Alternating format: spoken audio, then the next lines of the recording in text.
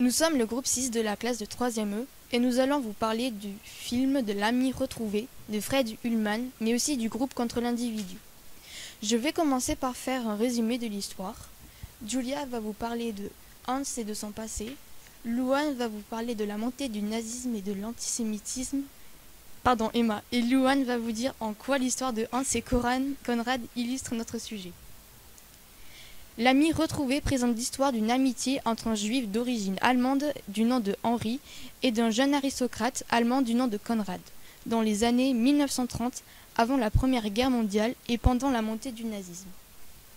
Au début du film, nous voyons tout d'abord des scènes incompréhensibles en noir et blanc qui l'on suppose représentent le passé d'un personnage principal.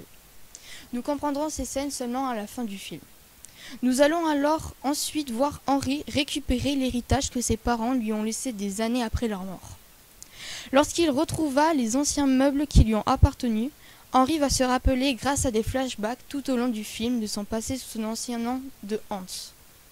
C'est alors que l'on va découvrir son passé lorsqu'il était au lycée et le personnage de la cousine Gertrude qui va être un personnage clé dans cette histoire par le fait qu'elle est pour le nazisme alors que son cousin Conrad ne l'est pas.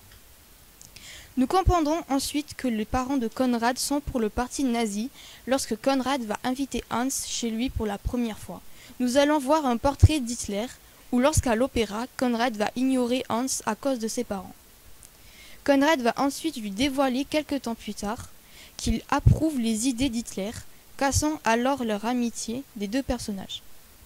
Hans va remarquer la montée du nazisme, alors ses parents l'ont envoyé en Amérique pour qu'il y soit plus en sécurité, changeant de nom et d'identité. À la fin du film, Henri va ensuite se renseigner sur son ancien camarade et va découvrir la vérité sur la mort de Conrad et sur le complot qu'a mené son ancien camarade contre Hitler, ce qui marque alors la fin du film.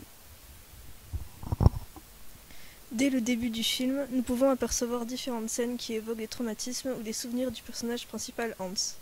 La première scène nous montre des hommes torse nu encadrés par des soldats dans une salle sombre. Ces hommes sont amenés sur une estrade où ils se feront pendre. Le bruit de la corde amène à un autre flashback où on voit une petite fille sur une balançoire.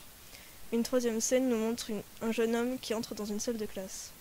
Toutes les images du passé sont en noir et blanc et vont se coloriser plus on avance dans le film. Hans est un personnage juif qui a été contraint de fuir l'Allemagne pendant la Seconde Guerre mondiale pour échapper aux persécutions nazies. Mais il est hanté par son passé et par ce qu'il a laissé derrière lui en Allemagne, ses amis et sa famille. Hans a toujours voulu oublier son passé, probablement à cause de la douleur et de l'angoisse qui le traversait, en pensant à ce qu'il a perdu et ce qu'il a subi en Allemagne. Il pensait se soulager en effaçant de sa mémoire cette partie de sa vie. Lorsqu'il revient en Allemagne après la guerre, il est contraint d'affronter ses souvenirs douloureux qu'il a tant voulu enfuir en lui. Il doit également faire face à la façon dont sa vie a été affectée par la guerre et par les événements qui ont suivi. Malgré tout, Hans va essayer de surmonter son passé et de trouver la paix avec lui-même.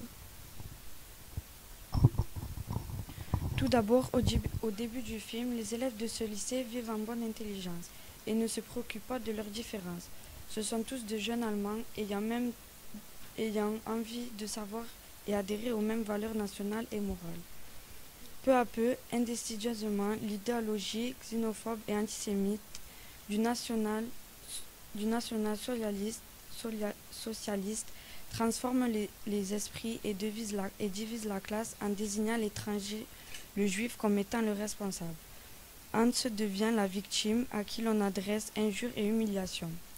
L'élève qui, jusqu'alors, était un camarade que rien ne distinguait devient sous l'emprise de l'idéologie nazie un être à part, exclu de l'universalité humaine.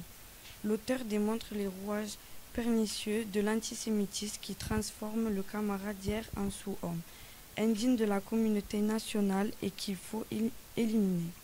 On peut voir des affiches et des photos de Conrad, d'Hitler, dans la maison de Conrad. Des jeunes hitlériennes qui défilent dans le journal avec l'apparition d'Hitler. Il y a des affiches de propagande sur les murs de la gare. Ensuite, on peut voir une présence nazie.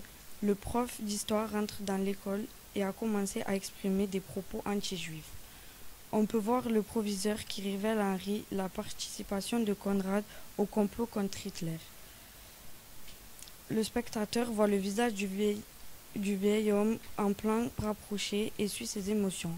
Mais une dernière coupe nous amène à un plan sur la salle d'exécution qui a ouvert le film.